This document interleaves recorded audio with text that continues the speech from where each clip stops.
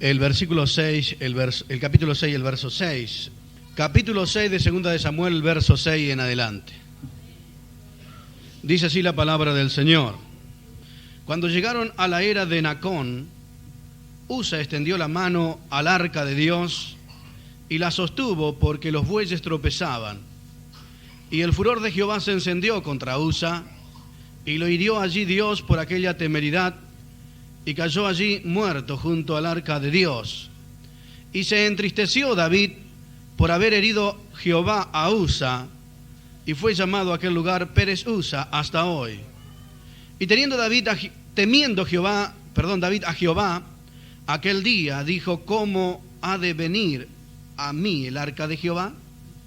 De modo que David no quiso traer para sí el arca de Jehová a la ciudad de David, y la hizo llevar David a casa de Obed-edom, geteo. Y estuvo el arca de Jehová en casa de Obed-edom, geteo, 3 meses, y bendijo Jehová a Obed-edom y a toda su casa. Fue dado aviso al rey David diciendo: Jehová ha bendecido la casa de Obed-edom y todo lo que tiene a causa del arca de Dios. Entonces David fue y llevó con alegría el arca de Dios de casa de Obed-edom a la ciudad de David. Y cuando los que llevaban el arca de Dios habían andado 6 pasos, él sacrificó un buey y un carnero engordado. Y David danzaba con toda su fuerza delante de Jehová. Y estaba David vestido con un éfod de lino. Así David y toda la casa de Israel conducían el arca de Jehová con júbilo y sonido de trompeta. Amén. Gracias a Dios por esta palabra. ¿Cuántos pueden decir gloria a Dios? Bien. Hoy quiero hablarles, con la ayuda del Señor, de hacer las cosas de Dios como Dios quiere que la hagamos. Hay un dicho que dice: el fin justifica los medios. Es decir, con tal de hacer la obra de Dios, no importa cómo lo hagamos. Pero Dios no tiene ese texto en su palabra.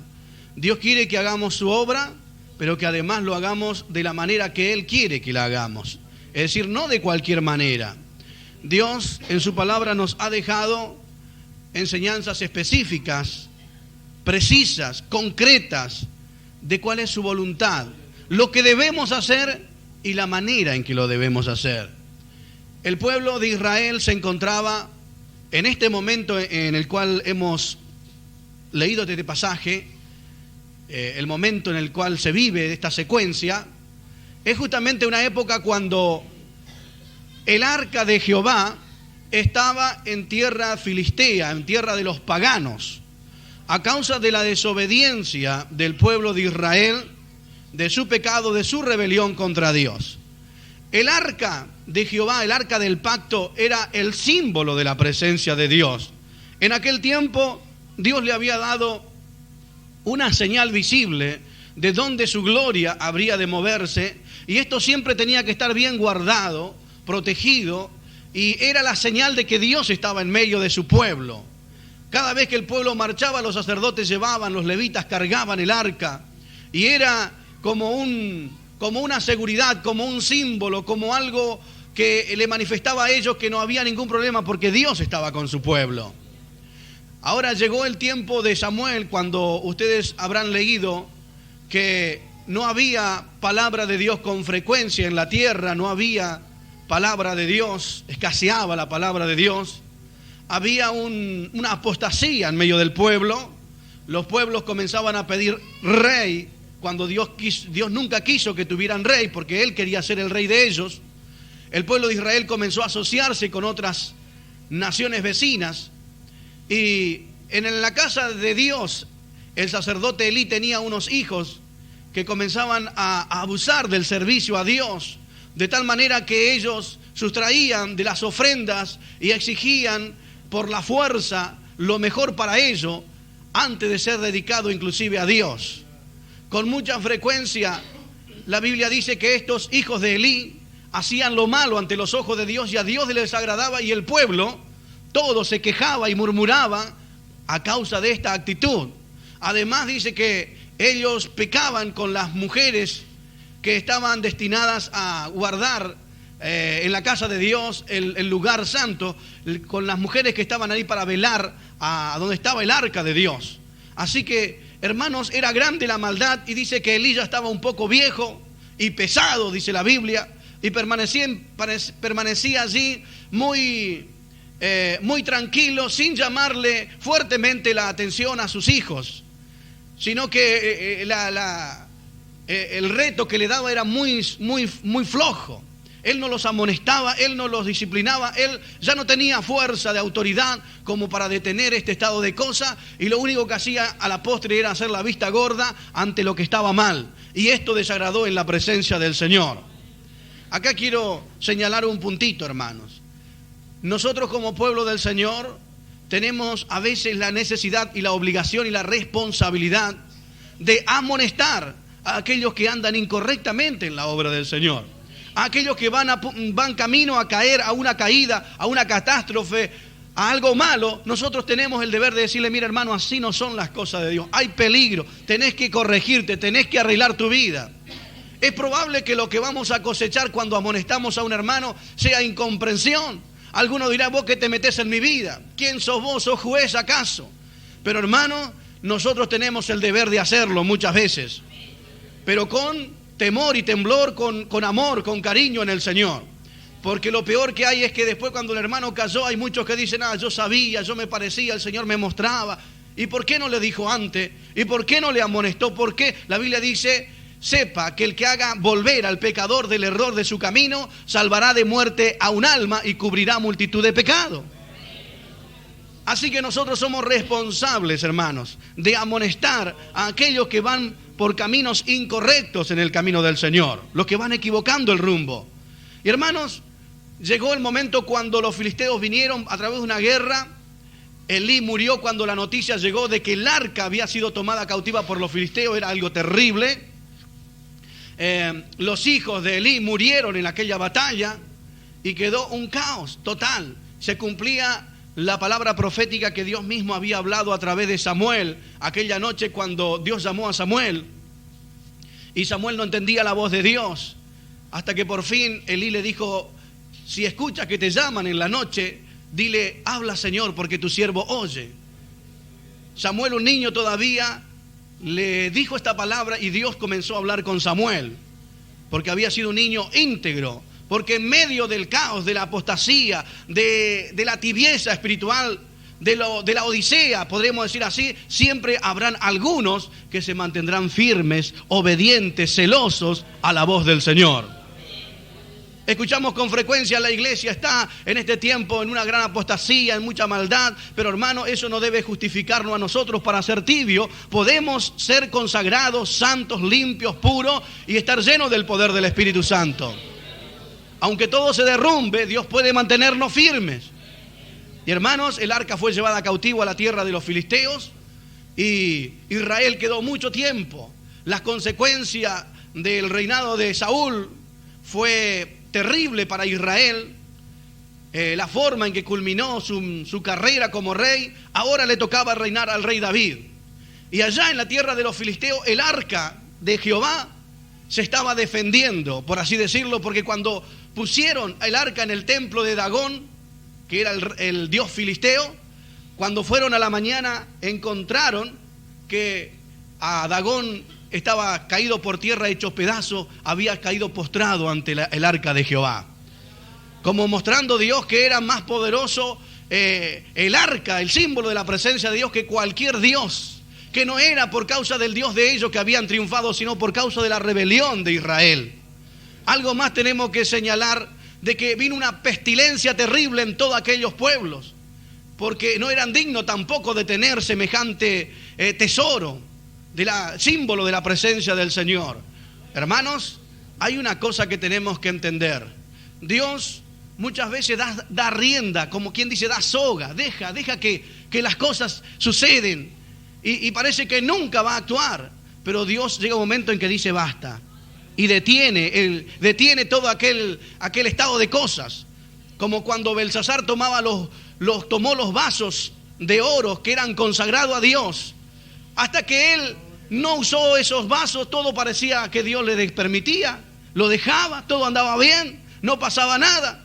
Pero cuando con su concubina, aquella célebre noche, comenzó a beber de los vasos sagrados y comenzó a tomar vino con ellos y a embriagarse, esa misma noche la Biblia dice que en el enlosado de la pared apareció como la mano de un hombre que comenzó a escribir una frase que decía: Mene, mene, tekel, usparsin. Pesado fuiste en balanza y fuiste hallado falto. Tu reino es cortado de ti. Aquella noche dice que las piernas del rey daban unas contra la otra. Y esa misma noche vino la destrucción sobre aquel rey, sobre aquel pueblo. Hermanos, yo creo que estamos próximos a que Dios diga basta. Dios ha dejado seguir las cosas. Parece que todo va a seguir así como así hasta quién sabe nunca, dicen algunos. Todo va a ser igual. Sin embargo, Dios está a punto de decir basta cuando se está tocando sin respeto las cosas sagradas, cuando se está profanando, cuando aparecen toda esta efervescencia modernista de estos días, esta mezcolanza que existe en estos días, en esta hora terrible que estamos viviendo. Creo que es el momento cuando Dios dice: bueno, hasta acá no más. Y Dios va a decir basta, enviará a Jesús a buscar a su pueblo y vendrán los juicios terribles sobre la tierra.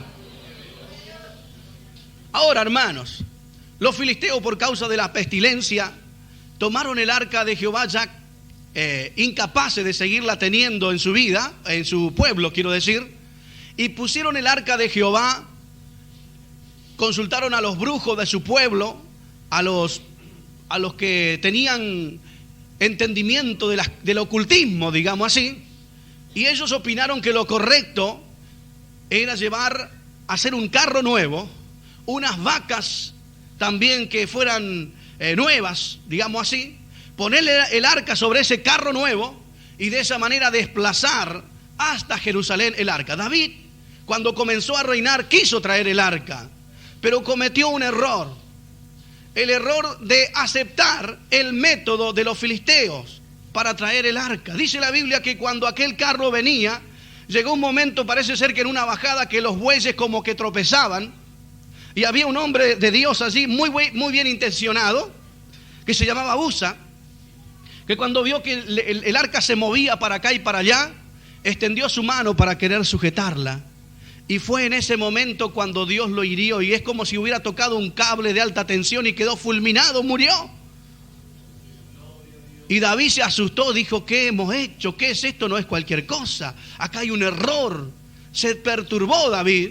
El lugar se llamó Pérez Usa, el quebrantamiento de Usa, y había allí un chacarero que se llamaba Obed Edom, y dejaron el arca ahí. No quiso traerla David bajo estas condiciones, dijo: algo está mal acá. Amén. Hermanos, qué sabiduría que hay aquí, cuántas cosas podemos aprender. El arca de Dios en la tierra de los filisteos se defendió sola, nadie pudo destruirla, nadie pudo tirarla, nadie pudo menoscabarla ni profanarla, aleluya, porque la presencia de Dios la defendió. Y ahora cuando un carro se movía, alguien la quería sujetar, como si necesitara del hombre Dios para hacer su obra. ¿Se da cuenta, hermano? A veces las buenas intenciones, cuando no están basadas en el Espíritu y en la palabra de Dios, no sirven, terminan en una frustración. Alguien ha visto en este sacudimiento del arca la manifestación del Espíritu Santo. Cuando el poder de Dios se mueve, cuando el avivamiento llega, cuando se empieza a mover la gloria de Dios y Dios hace prodigio, y se levantan niños profetizando, y se levantan niños que hablan en lengua, y hermanos que ven visión, y se despiertan los dones en la iglesia. Hay quienes quieren sujetarla y quieren hacerla parar, y dicen: no grites tanto, no digas aleluya, que queda un poco indecoroso, no diga tanto gloria a Dios, no alabe tanto, no ores tanto, no ayunes tanto. Hermanos, creo que la historia volverá a repetirse si tratamos de apagar el fuego del Señor. Alabado es el Señor.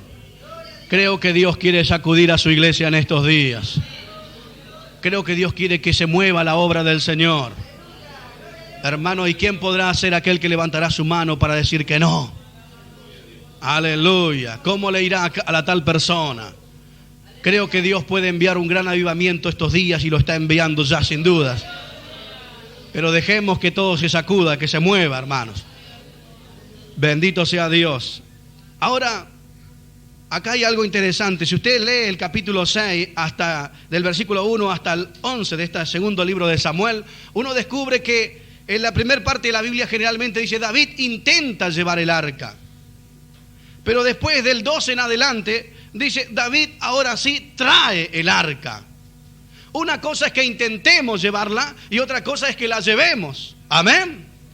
Hermanos, David se fue a su casa, dejó las cosas en ese lugar y pasaron los días, las noches.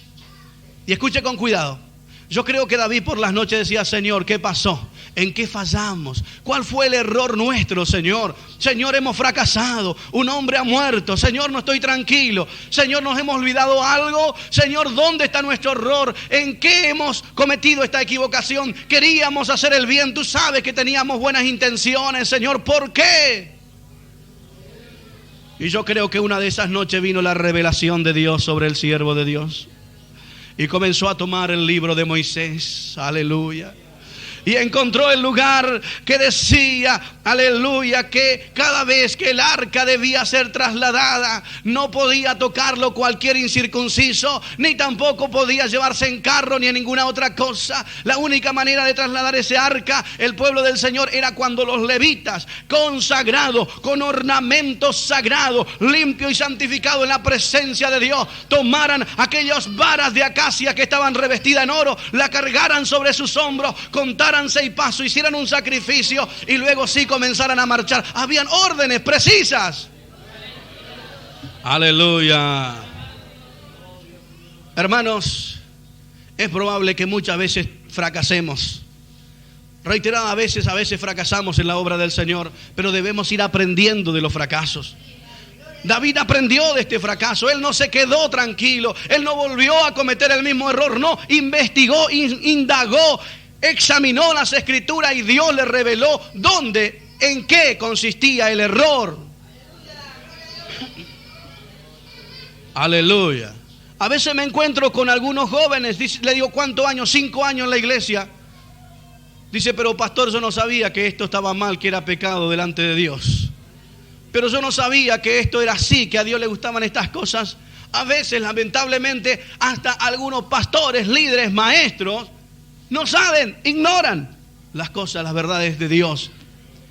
El pueblo de Israel tenía que saber cómo llevar el arca, pero se olvidaron.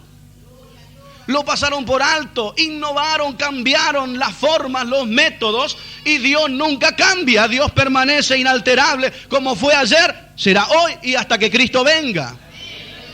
Nosotros no tenemos que inventar nada, hermanos. Bendito sea el nombre del Señor. ¿Se está dando cuenta? Gloria al Señor. Hermanos, David comenzó a investigar. Estamos en una época cuando existen muchas innovaciones. Los filisteos, los brujos, los caldeos, los paganos habían inventado una forma, un carro nuevo. Era muy lindo, qué hermoso un carro nuevo, qué hermosos esos bueyes. Esto no habla de cosas nuevas, de innovar, de métodos modernos. Y estamos viviendo en una época así, que hay gente dentro de los círculos cristianos que dice, bueno, esto tenemos que traerlo a la iglesia porque funciona en un programa de televisión. Así que vamos a hacer lo mismo en la iglesia. Hay gente que dice, bueno, esto en el producto tal o cual, en la Coca-Cola, en tal marca de cigarrillo o en tal otro producto funciona, anda, así que lo traemos a la iglesia. Y hoy dentro de la iglesia tenemos una plaga de métodos filisteos, de métodos paganos que Dios nunca quiso ni querrá tampoco. Si queremos tener culto atractivo, queremos que la gente se llene de Dios, hermanos, no echemos manos, aleluya, a los programas, a las fórmulas nuevas que están apareciendo. Nosotros tenemos ya grabado en la palabra del Señor la forma que Dios quiere, la manera en que a Dios le gusta, aleluya, y Dios no se cambia. Dios es el mismo ayer, hoy y por los siglos. Aleluya, gloria al Señor. Bendito es el Señor. Aquellas noches David comenzó a consultar al Señor y buscó en el libro de la palabra. Y Dios una noche apareció y le reveló y le mostró la manera en que se debería conducir. ¿Sabe, hermano? A veces nosotros en las iglesias Yo llevo en cuenta que a veces hasta inclusive en las reuniones de miembros se resuelve, si de aquí en más, hermano, vamos a hacer esto, vamos a hacer aquello. Y pasa el tiempo y nosotros lo hacemos 1 mes, 2 meses y después nos olvidamos. Y hasta quedan a veces en los libros de actas algunas de las nuevas, digamos, resoluciones de la iglesia, y lo olvidamos, quedaron en el olvido y hacemos cualquier cosa después. Y cuando uno mira los libros de actas dice, pensar que esto habíamos aprobado y aquello habíamos aprobado, pero no lo hicimos nunca. O si lo hicimos un tiempo y no lo hicimos más. Porque tenemos la tendencia de ir apartándonos de la medida, de la forma. ¿Se da cuenta? Hermanos, pero Dios no, Dios todavía se acuerda del pacto que hizo con nosotros al principio. Dios se acuerda de la doctrina de los apóstoles. Eso no se olvidó, eso no caducó, eso no es del pasado. Hay gente que dice, pero ustedes son muy anticuados. Pero si nuestro Dios es anticuado, hermano. Para las fórmulas nuevas, nuestro Dios es anticuado, la Biblia es anticuada. Bendito sea Dios. Están apareciendo ahora nuevos métodos. Por eso a veces temblamos cuando llega un predicador a la iglesia. No sabemos si darle oportunidad o si no le damos. Porque no sabemos si acaso no estará haciendo una práctica que a lo mejor lo aprendió, lo sacaron de los macumba, de los umbanda, de los cultos satánicos, de un programa de televisión. Bendito sea Dios. Y porque funciona ya. Hay cosas que pueden funcionar. Es que funcione o no funcione no es la evidencia de que Dios esté de acuerdo, que esté aprobando tal o cual método. Bendito sea Dios. Dios se acuerda. Cuando Dios habló con Moisés, le dijo a Moisés que tenía que ir a la tierra de Egipto, porque Dios lo había elegido a él para ser el que habría de venir al frente de los escuadrones de Israel y conducirlo a la tierra prometida. Bueno, Dios le habló, Moisés fue, agarró a Séfora, a su mujer, a sus hijos, y contentos ya venían, vamos a hacer la obra del Señor, felices. Cuando venía en la mitad del camino, apareció el ángel de Jehová para matarlo, dice la Biblia. ¿Leyó ese pasaje? Cuando yo lo leí por primera vez quedé perplejo. Le digo, Señor, no entiendo. Si tú lo mandas a libertar a Israel de Egipto y cuando Él va a cumplir tu voluntad, tú te apareces a través de un ángel para destruirle, no entiendo. Pero cuando uno comienza a leer la Biblia, uno ve que Séfora se dio cuenta dónde estaba el error y agarró a sus hijos y los llevó y tomó un pedernal muy afilado, una piedra afilada que lo usó como cuchillo, y circuncidó el prepucio de los niños de ella, los circuncidó. Y en aquel momento el ángel de Jehová se apartó y ellos pudieron ir a hacer la obra del Señor. No sé cuánto están comprendiendo esto. Era la voluntad de Dios que ellos fueran, pero no de cualquier manera. Dios les daba, en la antigüedad ya Dios había dejado órdenes precisas que todos los nacidos en la casa de los hijos de Dios tenían que ser circuncidados. Y cuando estos no se habían circuncidado, se quería pasar por alto la circuncisión, un incircunciso iba a ir a la obra, entonces el ángel tiene que aparecer para decirle así, ¿no? Pero cuando se cumplió con ese ritual demandado por Dios, entonces sí fueron. ¿Está comprendiendo esta realidad, hermanos? Oh, si pudiéramos aprender de esto, hermano. Dios quiere que tú prediques, Dios quiere que tú evangelices, que tú pases al púlpito a testificar, a cantar, a predicar. Dios quiere que hagamos su obra, que hagamos campaña, pero Dios también nos da las instrucciones de qué manera tenemos que ir a hacer la obra del Señor. No es de cualquier forma. Dios nos da a nosotros primeramente la orden. Él dice, resistid al diablo y de vosotros irá. Y a nosotros nos encanta ese texto, pero el contexto del texto, el contexto dice, someteos pues a Dios. Resistid al diablo y de vosotros irá. Antes de que el diablo huya y que le veamos la espalda a Satanás el diablo, tenemos que someternos a Dios. Y someternos a Dios no un 50, un 60%, sino un 100%.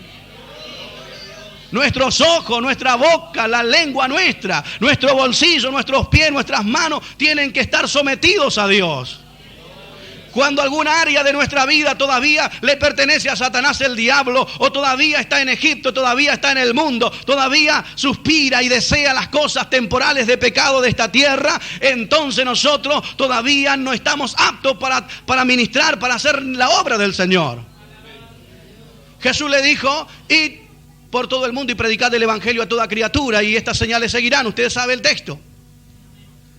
Pero antes le dijo: asentaos en Jerusalén hasta que seáis investidos del poder de lo alto, y me seréis testigo en Jerusalén, en Judea y hasta lo último de la tierra. Para ser testigo necesitamos ser investidos. No podemos ser testigos, no podemos abrir una puerta, no podemos ir a predicar, no podemos pararnos en un púlpito a cantar ni a ministrar nada, nada, a menos que estemos investidos del poder de lo alto. Aleluya. Porque si lo hacemos en la carne para nada aprovecha. Trae muerte, aburrimos, lastimamos, hacemos estragos. Porque es la carne la que habla, aunque cause emoción o que cause lo que cause. Hermano, no son nuestras palabras bonitas, no es nuestra capacidad, no es lo que hemos aprendido en un libro, lo que hemos aprendido a través de un seminario teológico. Es lo que el Espíritu Santo nos da en nuestra boca, en nuestros labios, en nuestras vidas, para transmitir a la gente. ¿Puede decir gloria a Dios? Dios quiere que hagamos las cosas de Él, pero como Él quiere que la hagamos. Dice que David se fue a su casa y fue dado aviso a David: Jehová ha bendecido la casa de Obed-Edom y todo lo que tiene a causa del arca de Dios. Entonces David fue y llevó con alegría el arca de Dios de casa de Obed-Edom a la ciudad de David. Acá hay una enseñanza hermosísima. Cuando el arca quedó en la casa de Obed-Edom, al tiempo las noticias llegaron: Dios está bendiciendo la casa de Obed-Edom. El arca era un tipo de la presencia de Dios, un símbolo. Y para nosotros hoy es la presencia de Cristo en nuestras vidas. Y cuando Cristo entra en un hogar, en una familia, en un matrimonio, las noticias tendrán que llegarnos tarde o temprano. Dios está bendiciendo aquella casa porque Cristo está allí. Dios está bendiciendo ese matrimonio. Dios está bendiciendo esa pareja, ese noviazgo, lo está bendiciendo. Dios está bendiciendo tal iglesia porque Cristo está en medio de ella. Aleluya. ¿Cuánto le alaban a Él? Ese es el secreto. Si Cristo está, hay victoria. Si Cristo está ausente, tenemos derrota. Ahí está el secreto, no hay mucha vuelta. Hermanos, dice que entonces David fue y llevó con alegría el arca de Dios de la casa de Obed-Edom a la ciudad de David. Y cuando los que llevaban el arca de Dios habían andado 6 pasos, él sacrificó un buey y un carnero engordado. Vio que habían métodos. Vinieron los levitas. Antes traían en un carro nuevo, muy aparatoso, era el invento de los paganos. Vio que los paganos inventan cosas buenas, tienen buenas intenciones. Pero Dios dice: no, yo no quiero eso, yo tengo mi método. Parecerá anticuado, pero es mi forma. Amén. Y ahora la bendición de Dios comenzó a llegar. Dice que sacrificó un buey.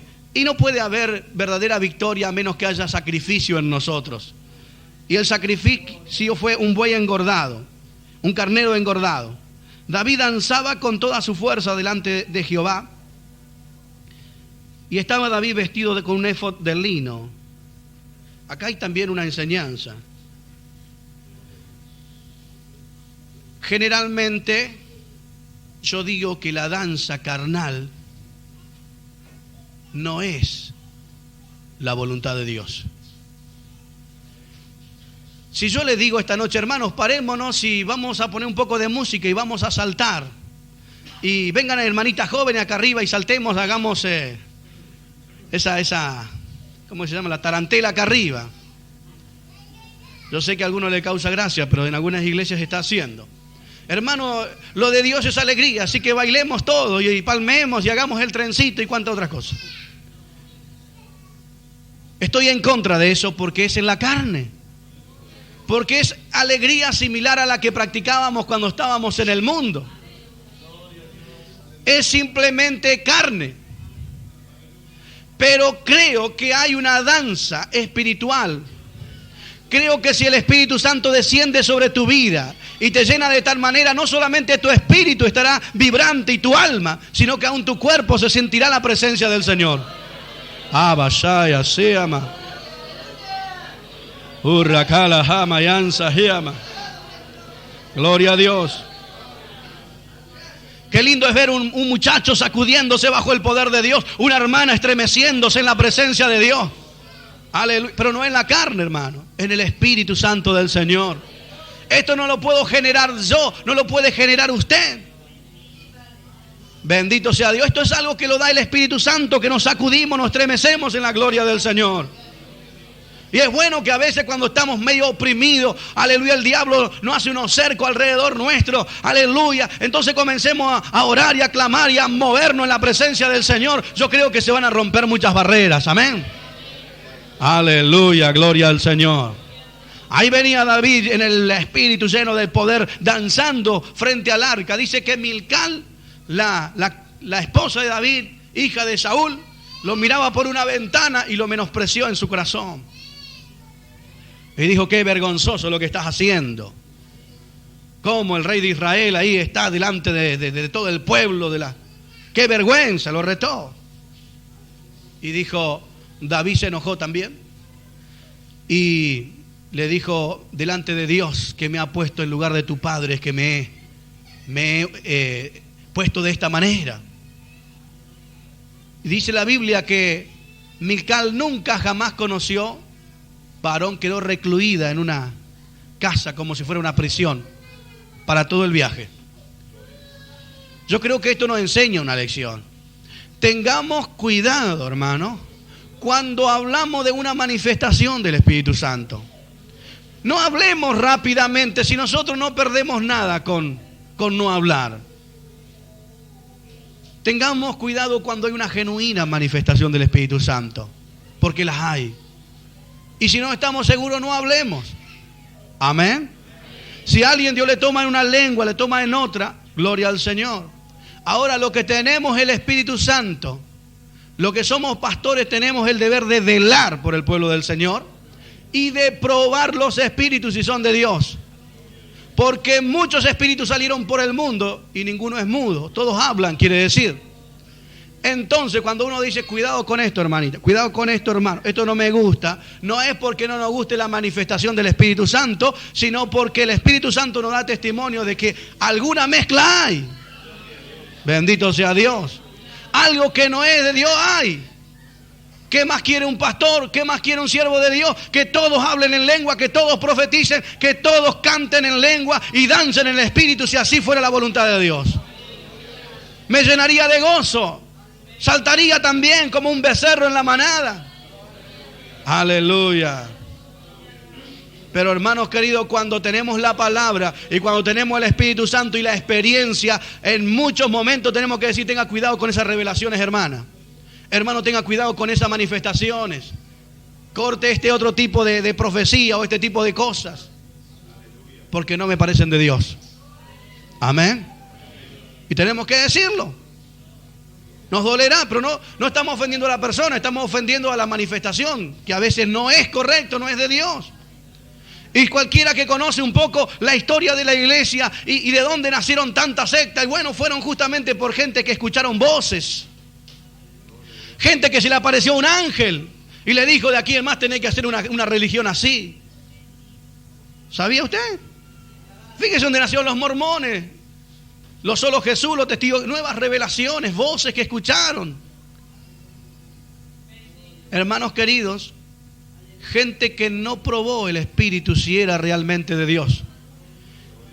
Y tenemos en la historia registro que se han hecho las mayores aberraciones, equivocaciones. Terribles problemas ha causado este tipo de manifestaciones, gente que escuchaba una voz. El diablo es muy imitador.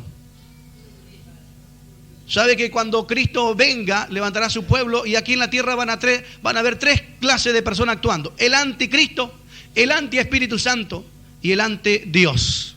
la Trinidad diabólica. Quiere decir que va a haber un falso Espíritu Santo que va a tener la característica o va a tratar de imitar. Así como el anticristo imitará a Cristo, el anti-Espíritu Santo imitará al Espíritu Santo. Y no se sorprenda si habla en lengua y profetiza y cuanta otra cosa. Y así como el Espíritu Santo nos sella para la redención, el anti-Espíritu Santo va a sellar con el 666 a la gente. Así como el Espíritu Santo no se glorifica a sí mismo, sino que glorifica a Cristo, así también el anti-Espíritu Santo, que es el falso profeta, va a decir: denle la gloria a la bestia, al anticristo, al dragón. ¿Se da cuenta? Así que tenemos que velar. Velar es estar despierto, estar atento. No tragarnos cualquier cosa, examinar la palabra del Señor. Vendrán en la iglesia hermanos que nos visitarán, pero si la iglesia está firme, pasarán y no va a afectar a nadie. No podrá el diablo destruir, no podrá mover. Se moverán los que están flojos, los que no vienen a la iglesia, los que no estudian la palabra, pero permanecerán inalterables, firmes como los montes de Sión, los que están anclados en la palabra profética del Señor. ¿Cuántos pueden decir gloria a Dios? Así que había gran gozo, hermano, en David y en toda la casa de Jerusalén. Y Dios bendijo, el arca fue traído a Jerusalén. Y yo creo que en estos días Dios quiere también glorificarse en medio de su pueblo, de su iglesia. Pero el llamado del Señor es cómo Dios quiere las cosas. Cuando nos acercamos a la cena del Señor, ¿cómo quiere que nos acerquemos? Cuando estamos por hacer un ayuno verdadero, cuando vamos a hacer una ofrenda al Señor, ¿cuáles son los requisitos? La forma que Dios quiere.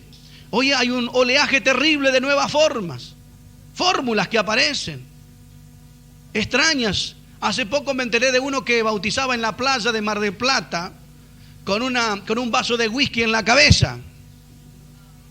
Sea bendito el nombre del Señor. Gente que aparece con los higos curativos, otros que aparecen con aceite de Jerusalén, gente que aparece con ropajes extraños, manifestaciones tremendas están apareciendo, y todo es cristiano, y nosotros debemos aceptar todo porque todo es de Dios y no debemos juzgar a nadie. No, si tenemos la palabra del Señor, hermano, la unción que está en nosotros nos va a revelar todas las cosas. Y nos va a decir: cuidado con esto, esto no es, esto no es, esto no es. Pero cuando vengan siervos auténticos de Dios, el Espíritu va a decir: este es un siervo de Dios, gózate, alégrate, escucha, recibe la palabra con confianza. Aleluya, aleluya, aleluya. Gloria al Señor. Se está sintiendo la presencia del Señor, hermano. Gloria a Dios. Que hagamos las cosas de Dios como Él quiere, como Él manda. Una iglesia santa, gloriosa, que no tuviera mancha ni arruga. Porque Jesús cuando le preguntaron: Señor, ¿cuál será la señal de tu venida? Él dijo: mirad que nadie os engañe. El engaño no sería simplemente de que uno le miente a otro, aunque esto hay mucho, sino el engaño serían de aquellos que vendrían con ropajes de santo, de ángel de luz, pero serían lobos rapaces, disfrazados de oveja. El apóstol dijo: yo sé que después de mi partida entrará entre vosotros lobos rapaces que no perdonarán el rebaño. Por eso le decía a los Gálatas: yo ya les he dicho y les vuelvo a decir que si nosotros mismos o cualquier otro viniere con un evangelio diferente al que le hemos aprendido, o un ángel del cielo descendiera, no le creáis, sea anatema, separado, maldito. Eso quiere decir. Así que, hermano, ni Pablo mismo, él dijo: si yo mismo vengo con otro evangelio, bendito sea Dios. No porque sea el pastor fulano, el reverendo tal o cual, pero fíjate que el evangelista tan famoso está con esto y está con aquello. No se deje llevar, tenemos la Biblia. Y si viene un ángel vestido de ropas blancas y se presenta en nuestro culto, yo creo que muchos dirán: pero un ángel del cielo, hay que hacerle caso. Pero si está contra la palabra de Dios, no se somete a esta palabra, sea maldito, dice la Biblia. Reprenda a Satanás en el nombre de Jesús. Porque sus ministros se disfrazan como ángel de luz, pero son hijos del infierno, que están queriendo robar a los que están verdaderamente firmes en el camino del Señor.